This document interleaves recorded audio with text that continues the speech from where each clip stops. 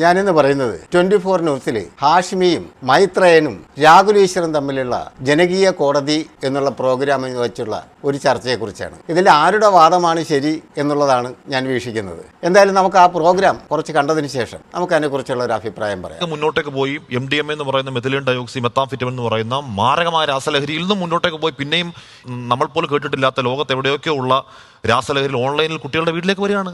കുട്ടികളത് ഉപയോഗിച്ച് നശിക്കുകയാണ്. 5 വർഷം കൊണ്ട് അവന്റെ ജീവിതം തന്നെ ഇല്ലാതായി പോവാണ്. ആ കാലത്ത് നമ്മളിത് ലീഗലൈസ് ചെയ്യണമെന്ന് പറയുന്നത് അതിര് കടന്നു പോകുന്നതല്ലേ? ഒരു അതിരുമില്ല. എന്തുകൊണ്ടാണ്? ഒരു 10 വർഷം മുമ്പ് ഇല്ലാതിരുന്ന ചില കാര്യങ്ങൾ ഇവിടെ ഉണ്ട് എന്നുള്ളതാണല്ലോ ഈ പറഞ്ഞ പോയിന്റ് പറയുന്നത്. വേറെ ചിലത് വന്നിട്ടുണ്ട് എന്നാണല്ലോ. മനുഷ്യർ ആയുധം കണ്ടുപിടിക്കുന്നത് അതുപോലെ തന്നെയാണ്. ആറ്റം ബോംബ് കണ്ടുപിടിച്ചില്ലേ? ഇതുപോലുള്ള സാധനങ്ങളെല്ലാം മനുഷ്യർ കണ്ടുപിടിക്കുന്നുണ്ട്. ഇത് കഞ്ചാവോ ലഹരി അല്ലെന്നേ. ഇത് കെമിക്കലാണ്, പ്യൂർ കെമിക്കലാണ്. നിങ്ങൾ എന്ത് പറഞ്ഞു? ഈ പ്യൂർ കെമിക്കൽ എന്ന് പറയുന്നത് ലോകത്തൊരു സാധനമില്ല. ഏത് ഒരു ചെടിക്കകത്തുള്ള കെമിസ്ട്രി എന്താണെന്ന് അറിയുന്നത് മാത്രമേ ഉള്ളൂ. അല്ലാതെ ചിലത് കെമിക്കലും ചിലത് H2O എന്ന് പറഞ്ഞാൽ എന്താണ്? വെള്ളമാണ്. അപ്പൊ പിന്നെ അത് കെമിക്കലല്ലേ? അതെ. പിന്നെ എന്താണ് നിങ്ങൾ ഈ കെമിക്കലാണെന്ന് പറയുന്നത്? എന്താണ് ഇത്? ശരീരത്തിനകത്ത് പോയി ഉണ്ടാകുന്ന മാറ്റങ്ങൾ മാരകമായ മാറ്റങ്ങളാണ്. വിഷയമൊക്കെ എനിക്ക് മനസ്സിലായി. വിഷയം എനിക്ക് അറിഞ്ഞൂടാതെ പറയുകയല്ലോ. അല്ലാതെ ഇത് എന്തോ ഇവിടെ ആദ്യമായിട്ട് കണ്ടുപിടിച്ച് ഇപ്പം മാത്രം ഉണ്ടെന്ന്. ഇപ്പം ഇവിടെ ഇത്രയും ഇത് വിൽക്കപ്പെടുന്നത് നിരോധിച്ചത് കൊണ്ടാണ്. ഇത് ഞാൻ പറഞ്ഞല്ലേ, ഞാൻ എഴുതിയ കടലാസ് കഷ്ണം കേരള ഗവൺമെന്റിന്റെ കയ്യിൽ കാണും. കേരളത്തിലുള്ള പത്രങ്ങൾ പ്രസിദ്ധീകരിച്ചിട്ടാണ്. പക്ഷെ മദ്യം ഈസിലി അവൈലബിൾ കിട്ടുമ്പോൾ പോലും അതിന് ഉപഭോഗം കുറയാത്ത എന്തുകൊണ്ടാണ്? ബാൻ ചെയ്തിരിക്കുന്ന സാധനമാണെങ്കിൽ അത് കൂടുതൽ വിൽക്കപ്പെടും, അത്രേ ഉള്ളൂ. ഇല്ല, ബാൻ ചെയ്യാതിരിക്കുന്ന സാധനമായിട്ട് മദ്യോപഭോഗത്തിൽ കുറവുണ്ടോ? അത് കൂടി വരല്ലേ ചെയ്യുന്നുള്ളൂ. അഥവാ കുറവുണ്ടെങ്കിൽ ഇത്തരത്തിലുള്ള മാരക രാസലഹരികൾ പകരുന്നത് മൂലമുള്ള കുറവേ ഉള്ളൂ. അത് മദ്യം ഉപയോഗിക്കുന്നത് നിയന്ത്രിതമായി ഉപയോഗിക്കാനാണ് നിങ്ങൾ പഠിപ്പിക്കുന്നത് അല്ലേ? കഴിക്കുന്ന സാധനം ഉപയോഗിച്ചിട്ട് വണ്ടി ഓടിക്കരുതെന്ന് പറയും. അതിനല്ലയോ നിങ്ങൾ ടെസ്റ്റ് ചെയ്യുകയോ എടുക്കുകയൊക്കെ ചെയ്യുന്നത്? അതെ. ഇതാണ് നിയന്ത്രിത ഉപയോഗം എന്ന് പറയുന്നത്. താങ്കൾ പറഞ്ഞ MDMA ഏത് സാധനം ലോകത്ത് എന്തുണ്ടായാലും നിയന്ത്രിതമായി ഉപയോഗിക്കാൻ പഠിപ്പിച്ചാൽ അവരുടെ ചോയ്സ് മാത്രമായിട്ട് മാറും. വളരെ കുറച്ച് ആൾക്കാർ മാത്രമേ പിന്നെ ഉപയോഗിക്കത്തുള്ളൂ.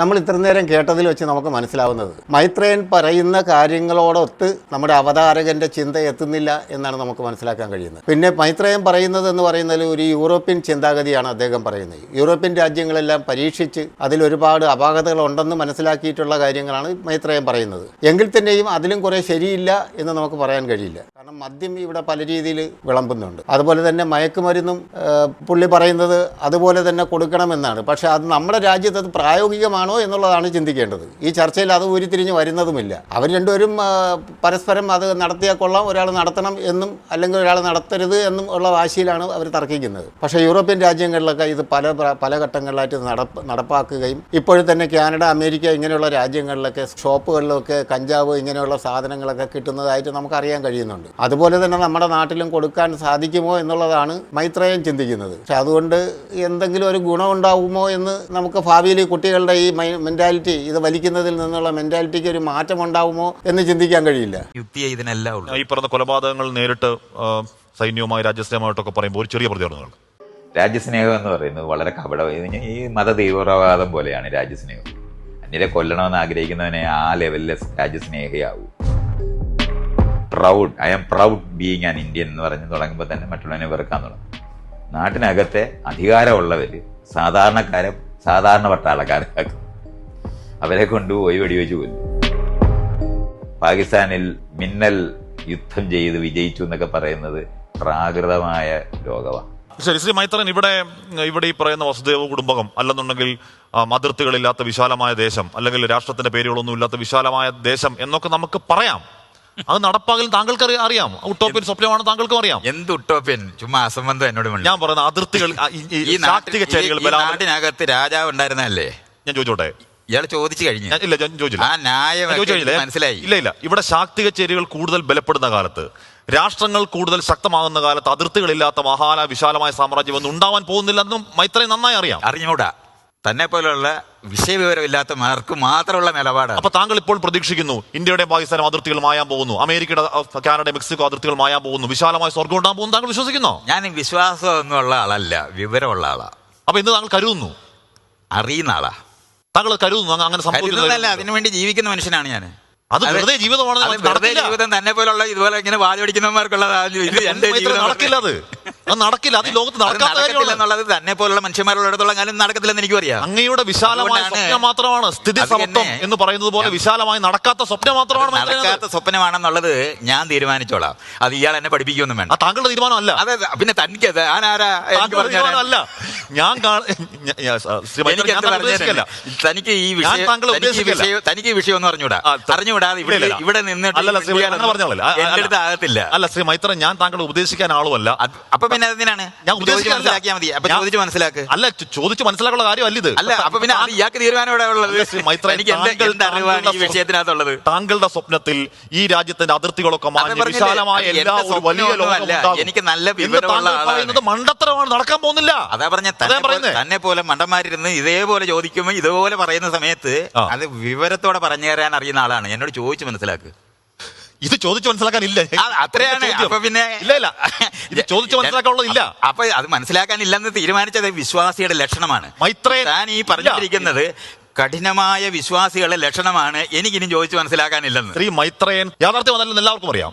ആർക്കറിയാവുന്ന കാര്യമാണ്. തനിക്ക് വിവരമില്ലെന്ന് പറ. യാഥാർത്ഥ്യം അതിർത്തികളാണ്. എന്ത് യാഥാർത്ഥ്യം അതിർത്തികളാണ്. യാഥാർത്ഥ്യം ഇസ്രായേലും പലസ്തീനും യുദ്ധമാണ്. യാഥാർത്ഥ്യം ഇന്ത്യ പാകിസ്ഥാൻ ഫേസ് ഓഫ് ആണ്. താൻ സ്വല്പമെങ്കിലും ബുദ്ധിയുള്ള ഒരുത്തനാണെന്നുണ്ടെങ്കിൽ തിരുവിതാംകൂറും കൊച്ചിയും തമ്മിൽ യുദ്ധം ചെയ്തിട്ടുണ്ട്. ഉണ്ട്. ഇപ്പൊ ഉണ്ടോ? ഇല്ല, ഇപ്പൊ ഇല്ല. അതുകൊണ്ട് അപ്പൊ അതുകൊണ്ട് ഇന്ത്യ ആ അതിർത്തി എവിടെ പോയി? മൈസൂർ ടിപ്പു സുൽത്താനും കേരളവും തമ്മിൽ യുദ്ധം ചെയ്തിട്ടുണ്ട്. ഇപ്പൊ യുദ്ധം ഉണ്ടോ? ഇപ്പൊ ഇല്ല. ഇപ്പൊ യുദ്ധമില്ല. മുല്ലപ്പെരിയാർ എന്ന് പറയുന്ന ഇഷ്യൂ വരുന്ന സമയത്ത് തമിഴിനും മലയാളിയായിട്ട് സംസാരിക്കുമല്ലോ. യുദ്ധമുണ്ടോ? യുദ്ധമില്ല. കാവേരിയും ആയിട്ട് ബന്ധപ്പെട്ട് വരുന്ന വെള്ളത്തിന്റെ കാര്യം വരുന്ന സമയത്ത് തമിഴ്നാട്ടുകാരും കർണാടകക്കാരും അഴകിടുന്നുണ്ടല്ലോ. യുദ്ധമുണ്ടോ? ഇല്ല. അപ്പൊ ഇവിടുന്ന് പഞ്ചാബ് വരെ യുദ്ധമില്ലാതായിട്ടുണ്ടോ? ഉണ്ടായിട്ടുണ്ട്. അങ്ങനെയാണ് യുദ്ധം പറയുന്നത്.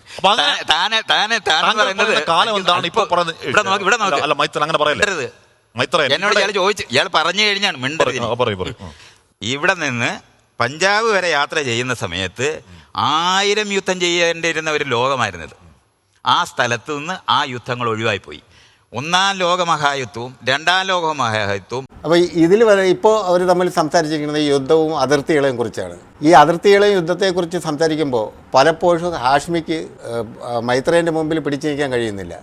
ഹാഷ്മിയുടെ ചോദ്യങ്ങൾക്ക് കൃത്യമായ ആൻസർ മൈത്രേയൻ കൊടുക്കുന്നുണ്ട്. അതിന് ഒരു മറുപടിയായിട്ടോ അല്ലെങ്കിൽ ഒരു മറുചോദ്യമായിട്ടോ ചോദിക്കാൻ വേണ്ടിയിട്ട് ഹാഷ്മിക്ക് പലപ്പോഴും കഴിയാറില്ല. പിന്നെ മൈത്രേയൻ പറയുന്ന കാര്യങ്ങൾ ആനുകാലികമായിട്ട് നേരത്തെ പറഞ്ഞതുപോലെ തന്നെയാണ്. ഉടനെ നമുക്ക് ഇപ്പോൾ അതിർത്തികളെല്ലാം മാറിപ്പോകുമോ എന്നൊക്കെ ചിന്തിക്കാൻ തുടങ്ങിക്കഴിഞ്ഞാൽ പാകിസ്ഥാൻ്റെ ഇന്ത്യയുടെയും ബോർഡർ നഷ്ടപ്പെട്ടു, ഇന്ത്യയും പാകിസ്ഥാനും ഒന്നായി, നേപ്പാളും പാകിസ്ഥാനും ഭൂട്ടാനും ഒക്കെ കൂടെ ചേർന്ന് ഒരു വലിയ രാജ്യമാകും എന്നൊക്കെ ഉടനെ ചിന്തിച്ചു കഴിഞ്ഞാൽ അത് ഒരുപക്ഷെ നടക്കില്ല. പക്ഷേ മൈത്രേയൻ വിശദീകരിക്കുന്ന ചില കാര്യങ്ങൾ ആലോചിക്കുമ്പോൾ സ്വാഭാവികമായിട്ടും അത് സംഭവിക്കാം. കാരണം ഇന്ത്യക്കകത്ത് തന്നെ ആയിരക്കണക്കിന് രാജ്യങ്ങളുണ്ടായിരുന്നു, രാജാക്കന്മാരുണ്ടായിരുന്നു. അതെല്ലാം നഷ്ടപ്പെട്ടു പോയിരിക്കുന്നു. അതെല്ലാം നഷ്ടപ്പെട്ടിട്ട് ഒറ്റ രാജ്യമായ ഇന്ത്യയായി മാറി. അതുപോലെ തന്നെ യൂറോപ്യൻ രാജ്യങ്ങളെക്കുറിച്ച് അദ്ദേഹം പറയുന്നു. അതെല്ലാം കൃത്യമായ കാര്യങ്ങളാണ്. 18 യൂറോപ്യൻ രാജ്യങ്ങൾ ചേർന്ന് ഇപ്പോൾ ഒരു ചെങ്കൻ വിസയിൽ നമുക്ക് നടന്നു പോകാൻ പറ്റുന്ന സാഹചര്യങ്ങൾ ഉണ്ടായിരിക്കുന്നു. അപ്പോൾ അതെല്ലാം കൃത്യമായി അദ്ദേഹം പറയുന്നത് വളരെ കറക്റ്റായ കാര്യങ്ങളാണ്. പക്ഷേ ഇതെല്ലാം ഉടനെ നടക്കുമോ എന്ന് ചോദിച്ചു കഴിഞ്ഞാൽ നടക്കില്ല. എന്തായാലും ചിലപ്പോൾ 10, 200, 300 വർഷങ്ങൾക്ക് ശേഷം ഇതൊക്കെ സംഭവിച്ചുകൂടാ എന്നുമില്ല. എന്തായാലും നമുക്ക് അവരുടെ അടുത്ത വാദം നമുക്ക് നോക്കാം. എന്താണ് ഈ പറയുന്ന മൂല്യങ്ങളൊന്നും തന്നെ എന്നെ സംബന്ധിച്ചുള്ള ഒരു മീനിങ് ഇല്ലാത്തതാണ്. ലോകത്തിനെ മനസ്സിലാക്കാനും ഉപയോഗിക്കേണ്ട ആധുനികമായ ലോകവീക്ഷണങ്ങളുണ്ട്. ആ ലോകവീക്ഷണങ്ങൾ അറിയുന്ന ആൾക്കാരുമായിട്ടാണ് ഡിബേറ്റ്. ഒരു പിയർ റിവ്യൂഡ് റിസർച്ച് പറയൂ. ഒരു പിയർ റിവ്യൂഡ് റിസർച്ച് പറയൂ. അങ്ങയുടെ ഫിലോസഫി അല്ലാതെ ഡേറ്റ ബാക്ക്ഡ് ആയിട്ട് ഒരു റിസർച്ച് പറയൂ. ഞാൻ അങ്ങനെ 10 റിസർച്ച് എടുത്തിട്ടുണ്ട്. ഹാർവേഡ്, സ്റ്റാൻഫോർഡ്, ഓക്സ്ഫോർഡ് അടക്കമുള്ള 10 റിസർച്ച്. അങ്ങയുടെ നിലപാടുകൾ സ്ഥാപിക്കാൻ ഒരു റിസർച്ച് പറയൂ. എനിക്ക് ഈ മേഖലയിലകത്ത് ഒരാളുടെയും പ്രമാണം ആവശ്യമില്ല. കറക്റ്റ്. അതായത് റിസർച്ച് ആവശ്യമില്ല. ഞാൻ എന്റേതായ ഡയലോഗുകൾ ഉണ്ടാക്കും. വിശ്വാസിക്ക് അയാൾ താങ്കളാണ് വിശ്വാസി. താങ്കൾ അന്ധവിശ്വാസിയാണ്. ഡോഗ്മയിൽ പിടിച്ചിരിക്കുന്ന അന്ധവിശ്വാസിയാണ്. ലെജിറ്റിമേഷന് വേണ്ടി അവിടുന്ന് ഇവിടുന്നും സാധനങ്ങൾ എടുത്തുകൊണ്ട് വന്ന് സംസാരിക്കുന്ന ഒന്നുമല്ല ഡിബേറ്റ്. അല്ല ശ്രീ മൈത്രൻ, ഞാൻ പറയുന്നത് ഈ പറയുന്ന നന്മ, കാരുണ്യം, സ്നേഹം, മാതൃസ്നേഹം, പ്രണയം, ഇതൊക്കെ ആധുനിക ബോധത്തോട് ചേർന്ന് പോകുന്നത് തന്നെയല്ലേ? അല്ല, ഒരു ജീവി അതിന്റെ ചുറ്റുപാടിനെ അനുകൂലമായി ഇണക്കാനായിട്ട് ശ്രമിക്കുന്ന സമയത്ത് അതിന് ഉണ്ടാകുന്ന സ്ട്രാറ്റജി, തന്ത്രങ്ങൾ എന്നുള്ള നിലവാരത്തിലാണ് ഇതെല്ലാം രൂപപ്പെടുന്നത്. അതുകൊണ്ട് ഒറ്റയ്ക്കൊരു ജീവിയായിട്ട് ജീവിക്കുകയാണെങ്കിൽ അത് ആവിഷ്കരിക്കുന്ന തന്ത്രങ്ങളുണ്ട്. ഒരു സംഘമാണെങ്കിൽ അത് ആവിഷ്കരിക്കുന്ന തന്ത്രങ്ങളുണ്ട്. ഗ്രൂപ്പിനകത്ത് തന്നെ കുഞ്ഞായിരിക്കുമ്പോൾ അത് ആവിഷ്കരിക്കുന്ന തന്ത്രങ്ങളുണ്ട്. മലയാളിയായ മൈത്രേയനും മലയാളിയായ മറ്റൊരാൾ ചോദിച്ചു കഴിഞ്ഞാൽ മലയാളിയായ മൈത്രേയൻ പലസ്തീനു വേണ്ടി അതിശക്തമായി വാദിക്കുകയും മലയാളിയായ മറ്റൊരാൾ ഇസ്രായേലിന് വേണ്ടി അതിശക്തമായി വാദിക്കുകയും അവിടെ കുഞ്ഞുങ്ങളെ കൊന്നെടുക്കാൻ ന്യായീകരിക്കുകയും ചെയ്യുന്നത് എന്തുകൊണ്ടാണ്? അതുകൊണ്ടാണ് ഞാൻ ഈ പറഞ്ഞത്, അതിരുബോധങ്ങളിനകത്ത് നമ്മൾ ഐഡന്റിഫൈ ചെയ്യുന്നത്. ഇയാൾ വെറുതെ നമ്മളിപ്പോൾ റോഡിൽ കൂടെ വരുന്ന സമയത്ത് ഒരു ഓട്ടോറിക്ഷക്കാരനും അതിനകത്ത് യാത്രക്കാരനും തമ്മിലൂടെ ഒരു തർക്കം നടക്കുന്നു എന്ന് വെച്ചാൽ, നമ്മളൊരു യാത്രക്കാരാണെന്നുണ്ടെങ്കിൽ യാത്രക്കാരുടെ കൂടെ കൂടും. ഈ വേറെ ഓട്ടോറിക്ഷക്കാർ വരുവാണെങ്കിൽ അവരവരുടെ കൂടെ കൂടും. എന്നിട്ടായിരിക്കും ആ തർക്കം വരുന്നത്. അത് ആ ഐഡന്റിഫിക്കേഷൻ എന്ന് പറയുന്ന സാധനം ഏത് രീതിയിലാണെന്നുള്ളത് കൊണ്ടാണെന്ന് ഞാൻ പറഞ്ഞത്. ഇതുകൊണ്ടാണ് ഗ്രൂപ്പ് ഉണ്ടാകുമ്പോൾ പോലും നമ്മൾ തെക്കൻ കേരളത്തുകാരനും വടക്കൻ കേരളത്തുകാരനും ആകും. താത്വികമായ കുഴപ്പമില്ല. പക്ഷെ അദ്ദേഹത്തിന് ഒക്ടോബർ 7 ആക്രമണത്തിന് വിഷമം തോന്നില്ല. എനിക്ക് ഉറപ്പുണ്ട് അദ്ദേഹത്തിന് വിഷമം തോന്നി കാണുമോ. 1200 പേര് മരിച്ചു. ഞാൻ ഇസ്രായേലിൽ പോയതാ, ഇസ്രായേൽ ഗവൺമെന്റ് ഇൻവൈറ്റ് ചെയ്യാൻ ഞങ്ങൾ പോയതാ. അദ്ദേഹത്തിന് തോന്നിയിട്ടുണ്ടല്ലോ, അദ്ദേഹത്തിന് ഇസ്രായേലിനോട് ഐഡന്റിഫൈഡ് അല്ലല്ലോ, അദ്ദേഹത്തിലെ മനുഷ്യന് തോന്നിയതല്ലേ. അവിടെ 8 മാസമുള്ള കുട്ടികളെ തട്ടിക്കൊണ്ടുപോയി, പെൺകുട്ടികളെ ഉപദ്രവിച്ചു. നമുക്കൊരു മനുഷ്യത്വം ഉണ്ടെന്ന് സമ്മതിക്കുന്നത് എന്താ മടി? അദ്ദേഹം അതിന് കാണുന്നത് ഒരു റാഷണലൈസേഷനാണ്. അതായത് അദ്ദേഹത്തിന്റെ ഉള്ളിലെ നന്മയ്ക്ക് അദ്ദേഹത്തിന്റെ നന്മയല്ല കാരണം, മറ്റു ചില കാരണങ്ങളാണ് പറയുന്നതിന് എന്തർത്ഥമാണ്. ഇപ്പൊ ഇന്ന് രാവിലെ 5 മണിക്ക് എണീച്ചിരുന്നു ഗസയിലെ വാർത്ത നോക്കുമായിരുന്നു. ഗസയിലോട്ട് ഇതേവരെ ആഹാരം ചെന്നിട്ടില്ല, 10,000-കണക്കിന് കുട്ടികൾ പട്ടിണി കിടക്കുന്നു. ഇത് കേൾക്കുമ്പോൾ നമുക്കൊരു നന്മയും വിഷമവും തോന്നിയെന്ന് പറഞ്ഞു കഴിഞ്ഞാൽ നമുക്ക് എന്താ ബുദ്ധിജീവി കുറഞ്ഞു പോകും? നമുക്ക് എന്താ ഇന്റലക്ച്വൽ സ്റ്റേച്ചർ കുറഞ്ഞു പോകും?